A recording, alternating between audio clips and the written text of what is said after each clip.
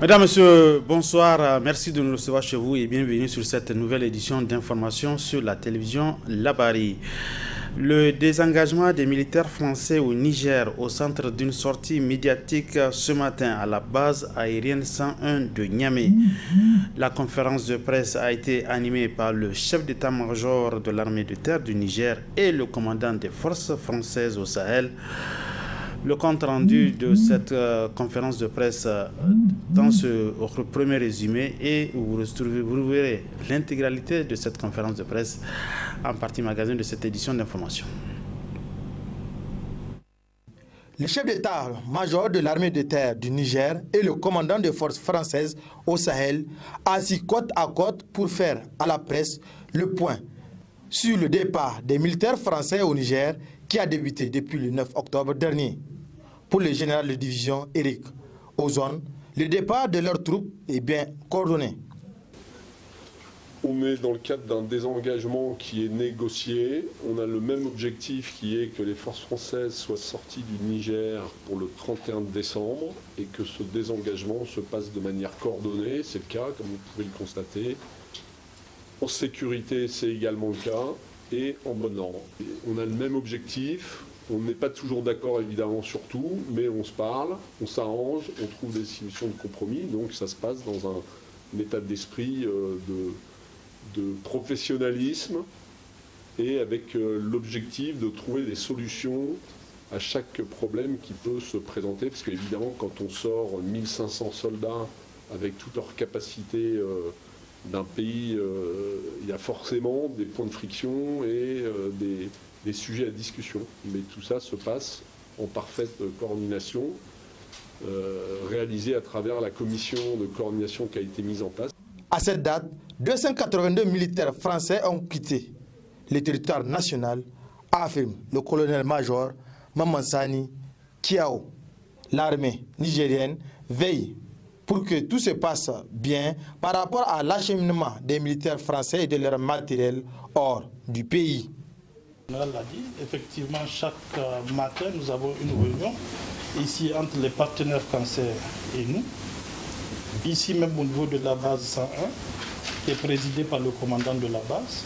Et nous discutons de tous les problèmes qui peuvent se poser dans les 24 heures, 48 heures. Et des décisions qui nous dépassent sont prises justement par nos autorités.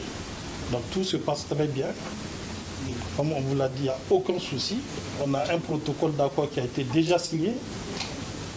On a prévu aussi, en cas de blocage, qu'il y ait des facilités. Aujourd'hui, vous avez l'attaché de défense américaine qui est là. On a prévu dans ce cadre pour qu'elle soit comme un intermédiaire. On a également prévu le Togo.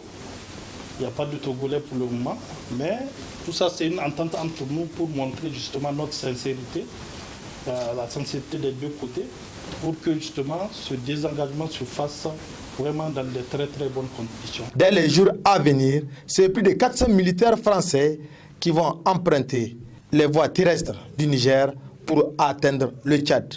Ainsi, les militaires invitent la population à plus de retenue et de réserve afin de permettre à ces convois de passer en toute tranquillité. Vous suivrez l'intégralité de cette conférence de presse conjointe en partie magazine de cette édition d'information. Pendant ce temps, la société Benko Trading a procédé ce matin à la remise officielle de deux importants dons. Un premier don de 10 millions de nos francs destinés aux orphelins veuves des soldats tombés sur le champ d'honneur et un deuxième don en produits pharmaceutiques estimé à plus de 50 millions de francs CFA. Les temps forts de cette cérémonie avec Ibrahim Boubacar. 10 millions de francs CFA liquides destinés aux orphelins et veuves des soldats tombés sur le champ d'honneur et 50 millions de francs CFA en produits médicamentés au ministère de la Santé, soit 60 millions de francs. C'est la valeur de l'appui financier attribué au Conseil national pour la sauvegarde de la patrie CNSP par la société Benko Trading de Hassan Nouhou. Il s'agit à travers cet appui de contribuer pour faire face aux défis du moment. Ce don d'une valeur de 50 millions de francs CFA est composé d'un stabilisateur de tension triphasé, d'une imprimante pour appareil de radiologie du centre hospitalier régional de Maradi, de 50 tensiomètres complets, de 250 thermomètres électriques, de 70 glucomètres pour les tests rapides de glycémie, de 500 matelas avec à l'aise, de 50 tables d'accouchement, de 1870 paquets de compresses stériles et non stériles, de 250 paquets de sparadrap, de 250 sachets de perfuseurs, de 1000 cathéters, de 250 poches urinaires, de 500 sondes, de 300 paquets de gants stériles, de 500 sérums. Cet appui est une modeste contribution de la société Benko Trading et va contribuer à la défense de la patrie et particulièrement pour la souveraineté sanitaire de notre cher pays, le Niger. Après la réception, le ministre a fait part de ses impressions. C'est un plaisir pour moi aujourd'hui de recevoir ce don d'une importance capitale pour nos formations sanitaires. Ici, au nom de son Excellence le général de brigade Abdrahmane Tchani, président du Conseil national pour la sauvegarde de la patrie, chef de l'État, et au nom de son Excellence le Premier ministre Lamine Zen, chef du gouvernement, je tiens à vous remercier pour ce don aussi important à une période aussi critique qu'on nous a imposée. Eh bien, ce don est vraiment venu à point nommé. Notons enfin que la société Benko Trading est une société à responsabilité limitée qui a pour activité le commerce général, l'import-export, le transport, la logistique et bien d'autres. Depuis 25 ans, elle se dévoue à la satisfaction de sa clientèle. Le Conseil national pour la sauvegarde de la patrie, CNSP, a, comme vous le savez, rendu public hier nuit un communiqué sur une tentative d'évasion du président déchu Mohamed Bazoum et de sa famille. Le communiqué annonce l'arrestation des principaux auteurs et de leurs complices. Suivez plutôt. Communiqué. Ce jour, jeudi 19 octobre 2023, aux environs de 3 h du matin, le président déchu Mohamed Bazoum, accompagné de sa famille, ses 2 cuisiniers et 2 éléments de sécurité, a tenté de s'évader de son lieu de détention. Cette tentative qui a échoué découlerait d'un plan conçu comme suit. Phase 1. Évasion vers un premier point de récupération aux abords du palais présidentiel où les attendait un véhicule banalisé. Phase 2. Ce véhicule devrait les conduire à une planque au quartier Tchangare, à la périphérie nord de la ville de Niamey. Phase 3. À partir de cette planque, un déplacement serait prévu vers 2 hélicoptères appartenant à une puissance étrangère censée les exfiltrer à Birni-Kébi au Nigeria. La prompte réaction des forces de défense et de sécurité a permis de déjouer ce plan de déstabilisation de notre pays. Le Conseil national pour la sauvegarde de la patrie et le gouvernement saluent le professionnalisme et le sang-froid de nos vaillantes forces de défense et de sécurité qui ont permis de préserver des vies humaines, et c'est en dépit de l'attitude irresponsable du président déchu et de ses complices. Pour l'heure, les principaux auteurs et certains de leurs complices ont été arrêtés.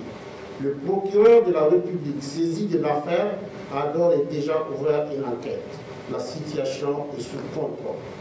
Le Conseil national pour la sauvegarde de la patrie et le gouvernement tiennent à rassurer l'opinion nationale et internationale de leur ferme détermination à conduire la transition à son terme, conformément aux aspirations du peuple nigérien digne et souverain, fait à Niamey le 19 octobre 2023. En rapport avec cette affaire de tentative d'évasion du président déchu Mohamed Bazoum et de sa famille, cette affaire continue donc à occuper les débats au sein de l'opinion publique nationale. Quelques concitoyens rencontrés ce matin se sont prononcés en ces termes relativement à cette question. On les écoute. Ça nous a surpris hier. Et nous avons vu une information qui fait que d'une tentative d'exfiltration de l'ex-président ou bien le président déchu Mohamed Bazoum. Voilà. Et c'était hier aux environs de 3 heures, comme on voit dans les différentes informations. Et un groupe ou bien une tentative. Voilà, une tentative a été montée qui fait cas de l'exfiltration du président Bazoum. Très heureusement, la tentative a été déjouée par la garde présidentielle. Effectivement, parce que là, on comprend que il y a une partie des FDS qui est pour jusque-là, qui soutient le président Bazoum sortant. Parce que quand il y a un coup d'État, on ne parle plus d'un président, c'est les CNSP qui continuent de gérer le pays. Donc on comprend qu'il y a une division au sein des FDS parce que Bazoum ne peut pas s'élever seul et s'est tracé un chemin pour pouvoir s'évader. C'est qu'il y a une même mise, il y a quelqu'un qui l'a aidé à le faire. Donc moi, l'appel que je peux lancer, c'est à l'endroit des CNSP pour qu'ils puissent vraiment prendre leurs responsabilités, vraiment faire tout pour que ça ne se reproduise plus. Parce que nous, en tant que peuple, on s'est donné du mal pour pouvoir soutenir ces coups d'État. Donc on ne doit pas encore revenir parce que ce n'est un secret pour personne. Aujourd'hui, si on va revenir à imposer Bazoum sur le fauteuil gouvernemental, wallah, on va souffrir. Plus qu'avant d'ailleurs. Bon, effectivement, hier, nous avons suivi avec beaucoup d'intérêt sur les réseaux sociaux avant que le Conseil national pour la sauvegarde de la patrie puisse faire un communiqué pour édifier la population nationale et internationale. Cela nous a surpris parce qu'en tant que citoyens avertis, nous nous posons la question de savoir comment est-ce que le président déchu, c'est-à-dire Bazoum Mohamed Aïe, a pouvoir s'évader au niveau du palais présidentiel. Cela nous amène à nous poser un certain nombre de questions s'il n'y a pas de complices même au sein de l'armée. Et s'il y a des complices, il faut que le CNSP prenne ses responsabilités. Oui. Voilà, nous en venons à la partie magazine de cette édition d'information. Je l'annonçais, elle est consacrée à la conférence de presse animée conjointement ce matin par le chef d'état-major de l'armée de terre du Niger et le commandant des forces françaises au Sahel. Au centre de la dite conférence de presse, le processus de désengagement des militaires français au Niger qui est en cours. Mesdames, Messieurs, très bonne réception, bonsoir. On a le même objectif, on n'est pas toujours d'accord évidemment sur tout, mais on se parle, on s'arrange, on trouve des solutions de compromis, donc ça se passe dans un état d'esprit de professionnalisme et avec l'objectif de trouver des solutions à chaque problème qui peut se présenter, parce qu'évidemment quand on sort 1500 soldats avec toutes leurs capacités d'un pays, il y a forcément des points de friction et des sujets à discussion. Mais tout ça se passe en parfaite coordination, réalisée à travers la commission de coordination qui a été mise en place et qui se réunit ici même tous les jours, le matin, pour traiter de tous ces problèmes éventuels que j'ai évoqués. Chaque matin, nous avons une réunion ici entre les partenaires français et nous. Ici même au niveau de la base 101, qui est présidée par le commandant de la base. Et nous discutons de tous les problèmes qui peuvent se poser dans les 24 heures, 48 heures. Et des décisions qui nous dépassent sont prises justement par nos autorités. Donc tout se passe très bien. Comme on vous l'a dit, il n'y a aucun souci. On a un protocole d'accord qui a été déjà signé. On a prévu aussi, en cas de blocage, qu'il y ait des facilités. Aujourd'hui, vous avez l'attaché de défense américaine qui est là. On a prévu dans ce cadre pour qu'elle soit comme un intermédiaire. On a également prévu le Togo. Il n'y a pas de Togolais pour le moment.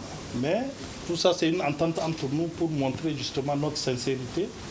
La sincérité des deux côtés pour que justement ce désengagement se fasse vraiment dans de très très bonnes conditions. Et Inch'Allah, ça va bien se passer. Chef d'état-major, une dernière question. Est-ce que vous avez un message particulier à l'endroit du peuple nigérien, de la population nigérienne, pour les rassurer que tout se passe bien effectivement? Effectivement, nous avons un message aujourd'hui. Le fait qu'on soit réunis ici pour coordonner justement ce désengagement, c'est déjà une preuve que tout se passe très bien. Et nous appelons la population justement à ne pas, comment on appelle ça, avoir des comportements, je ne dirais pas irresponsables, mais qui attisent à la haine. Aujourd'hui, on a travaillé ensemble pendant des années. On a demandé qu'il quitte, donc on voudrait que tout se passe très très bien, qu'il puisse regagner le Tchad pour les convois qui vont quitter incessamment, et en paix et puis en toute sécurité. Aujourd'hui, les convois routiers, ils partent par le Tchad parce que vous connaissez la situation dans la région et les frontières. Mais évidemment, les forces françaises, comme ça a déjà été annoncé, n'utilisent le Tchad, avec l'accord du Tchad, que comme un pays de transit. Et on ne fait que transiter au Tchad. Les gens ensuite regagnent la métropole en avion, et les matériels, une partie en avion et une partie rentrera ensuite, mais plus tard en bateau. Voilà. Mais le Tchad n'est bien qu'un pays de transit, et ce n'est pas une réarticulation de notre dispositif du Niger sur le Tchad. Vous aviez les deux postes dans le nord, à Oualam et à Tabaré-Baré, qui sont colocalisés avec des unités de l'armée nigérienne. Donc ça faisait environ 500 personnes. Et puis sur la BAP Niamey, environ 1000 personnes, donc 1500 personnes sur le territoire nigérien. La sortie de nos personnels se fait de manière coordonnée et contrôlée par la partie nigérienne, et le Colonel-Major sait exactement qui est sorti hier, qui va partir aujourd'hui, puisque les gens sont contrôlés normalement avec leur passeport, au même titre que un civil qui transiterait sur le territoire. Donc je vous dis bien, il y a 1500 personnes, et quand on fera le bilan au 31 décembre, vous verrez qu'il y avait bien 1500 Français, soldats français qui étaient présents sur le sol nigérien. Par exemple, on va quitter dans les jours qui viennent les postes du nord que sont Oualam et Tabaré-Baré. Et très concrètement, le poste de Tabaré-Baré, on va rétrocéder à l'armée nigérienne. Donc il va récupérer un poste avancé qui a coûté 100 millions d'euros à construire, et avec certains équipements, infrastructures qui sont sur le poste. Donc on va le laisser, mais c'est dans le cadre des accords qui étaient déjà fixés avant d'ailleurs, notamment sur la rétrocession des emprises. Il y a une partie du bâti qui va rester, et j'ai pas le détail exact, mais sur la BAP, il y aura également une partie de ce qui a été construit et installé sur la BAP qui sera cédé à l'armée nigérienne. Voilà. Mais je ne peux pas vous donner aujourd'hui le détail, mais le point est fait également en coordination avec la partie nigérienne. Aujourd'hui, on a 282 personnes. Voilà, 282 soldats français qui sont partis. Il y a des mouvements importants qui vont se faire dans les jours qui viennent, donc d'ici une semaine, on sera quasiment à la moitié de désengagés. Mais les gros flux logistiques vont véritablement commencer la semaine prochaine. Parce que, évidemment, vous imaginez bien que pour sortir 1500 personnes, il y a toutes les opérations de préparation, de constitution des containers et ainsi de suite. Les containers, il y en a 2500 à sortir en haut. Après le grand convoi qui va quitter d'ici une semaine, on va retomber effectivement à la moitié de l'effectif, donc environ 750 personnes. Mais il faut comprendre que ce qui reste maintenant, c'est des capacités aériennes. Chaque capacité qui va quitter, c'est avec des pilotes, avec des mécaniciens, des maintenanciers. Donc, au fur et à mesure que les capacités seront désengagées, du personnel va quitter. Donc, ça va bien se passer. Je pense qu'on peut arriver à faire quitter le maximum de tout le matériel avant le 31 décembre.